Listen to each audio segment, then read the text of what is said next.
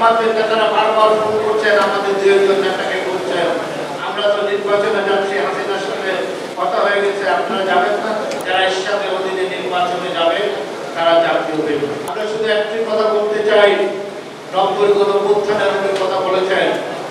90 গণঅভ্যুত্থানের আগে খুশবাই চিটাঙ্গের মানুষ শেখ হাসিনা বলেছিলেন দুদিন আগে 86 সালে যারা ইসলামের অধীনে নির্বাচনে যাবে তারা জাতীয় হবে। সেখান থেকে এসে উনি নির্বাচনে গেলেন, সাথে নিয়ে গেলেন তাকে ধানমন্ডির 5 নম্বরের একটা বাড়িতে সারা রাত বেগম মিটিং করেছেন। আমি সেখানে ছিলাম, আমাকে বললেন টেলিফোনটা ধরবা, কেউ ফোন করলে আমাকে জানাবে। জামাতের নেতারা বারবার ফোন করছেন, আমাদের দুই একজন নেতাকে বলছেন আমরা তো নির্বাচনে যাচ্ছি, হাসিনার সঙ্গে কথা হয়ে গেছে, আপনারা যাবেন না? এটা বললো কাউকে ফোন দেবেন না।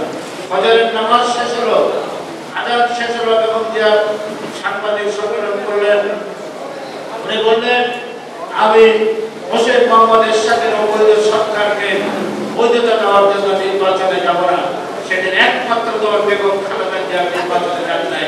অনেকে বলেছিলেন বিএনপি নিঃশেষ হয়ে যাবে।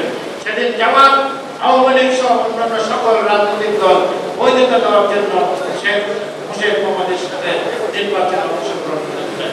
কিন্তু বাংলাদেশের মানুষ বেগম খালেদা জিয়ার সাথে ছিলেন, সেই কারণে 90 গণঅভ্যুত্থানের পরে ধানের শীষকে ভোট দিয়ে বাংলাদেশের প্রথম মহিলা প্রধানমন্ত্রী নির্বাচিত করেছিলেন বেগম খালেদা জিয়া। এটা হলো ইতিহাস, এটা সত্য।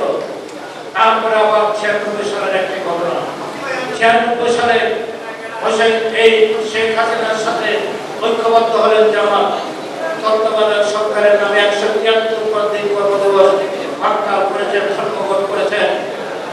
সংসদে বিরোধী দলের নেতা আসনে শেখ হাসিনা বসায়, ডান পাশে নিজামী, বাম পাশে মুজাহিদ, তার পাশে জাতীয় পার্টি এবং আপনার অন্যান্য রাজনৈতিক দলের নেতারা, রাজনৈতিক দলের নেতারা সেদিন 173 দিন হরতাল করেছেন। 15 ফেব্রুয়ারি 1996 সালে বেগম খালেদা জিয়া একটি নির্বাচন করেছেন। সেই নির্বাচনে মধ্য দিয়ে আমরা সে সংসদে ছিলাম।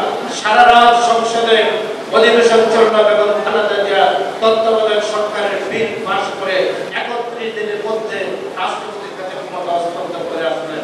এদেশে কোনো একটি মানুষকে গুলি করে হত্যা করেন নাই, অবৈধভাবে রাষ্ট্রীয় ক্ষমতা থাকতে চান না।